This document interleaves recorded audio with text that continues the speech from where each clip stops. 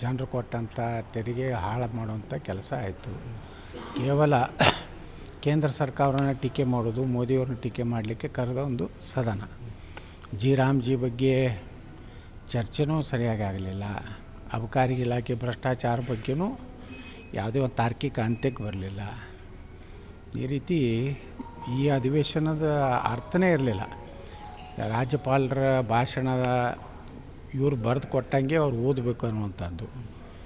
ಒಬ್ಬ ಕೇಂದ್ರದ ಪ್ರತಿನಿಧಿ ಆದಂಥ ರಾಜ್ಯಪಾಲರು ಕೇಂದ್ರ ಸರ್ಕಾರವನ್ನು ಟೀಕೆ ಮಾಡಿಸುವಂಥದ್ದು ಒಂದು ಸರ್ಕಾರದ ಒಳ್ಳೆಯ ಲಕ್ಷಣ ಅಲ್ಲ. ನಿರಂತರವಾಗಿ ರಾಜ್ಯ ಮತ್ತು ಕೇಂದ್ರದ ಸಂಬಂಧಗಳು ಹಾಳಾಗುವಂತಹ ಕೆಲಸ ಮಾಡಬಾರ್ದು.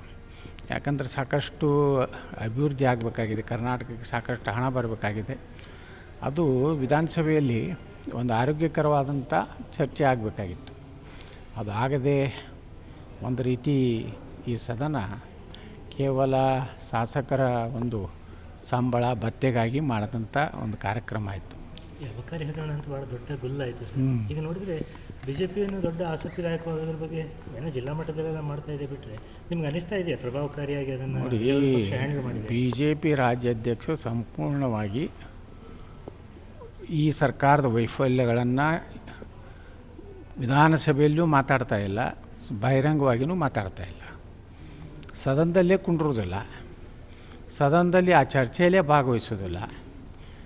ಮತ್ತು ರಾಜ್ಯಪಾಲರ ವಂದನಾ ನಿರ್ಣಯದಲ್ಲಿ ಕೇಂದ್ರ ಸರ್ಕಾರದ ಗುಣಗಾನ ಮಾಡೋದು ಬಿಟ್ಟು ರಾಜ್ಯ ಸರ್ಕಾರ ಏನು ರಾಮ್ಜಿ ಬಗ್ಗೆ ತಪ್ಪು ಒಂದು ಜನರಲ್ಲಿ ತಪ್ಪು ಮೂಡಿಸುವಂಥ ಕೆಲಸ ಮಾಡಿದ್ರೂ ಸಹ ಅದನ್ನು ಸಮರ್ಥವಾಗಿ ಇವತ್ತು ವಿಧಾನಸಭೆಯಲ್ಲಿ ಚರ್ಚೆ ಆಗಲಿಲ್ಲ. ಮತ್ತು ವಿರೋಧ ಪಕ್ಷದ ನಾಯಕರು ಪ್ರಯತ್ನ ಮಾಡಿದ್ದಾರೆ ರಾಮ್ಜಿ ಬಗ್ಗೆ ಚರ್ಚೆ ಮಾಡಲಿಕ್ಕೆ. ಆದರೆ ಏನಾಗಿಬಿಟ್ಟಿದೆ, ಇವರೆಲ್ಲ ಏನು ಹೇಳಿದರು, ನಾವು ಈ ಜೋಡಿ ಎತ್ತುಗಳು ಕರ್ನಾಟಕದಲ್ಲಿ ಇಬ್ಬರು ಕೂಡ ಕೆಲಸ ಮಾಡ್ತೀವಿ ಅಂತೇಳಿ.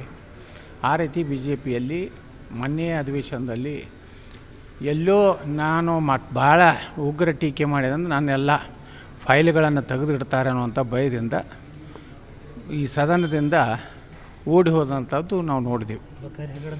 ಯಾವ ಅಬಕಾರಿ ಹಗರಣದಲ್ಲಿಯೂ ಮಾತಾಡಲಿಲ್ಲ.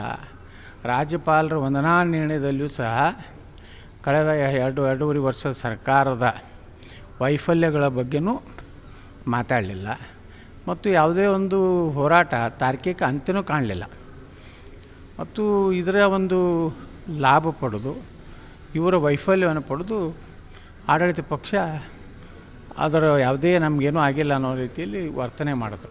ನಿರ್ಭೀತ, ನಿಷ್ಪಕ್ಷಪಾತ, ವಿಶ್ವಾಸಾರ್ಹ ಸುದ್ದಿಗಳಿಗೆ ಮತ್ತೊಂದು ಹೆಸರಾಗಿರುವ ನ್ಯೂಸ್ 18 ಕನ್ನಡ ಈಗ ಆಪ್ನಲ್ಲೂ ಲಭ್ಯವಿದೆ.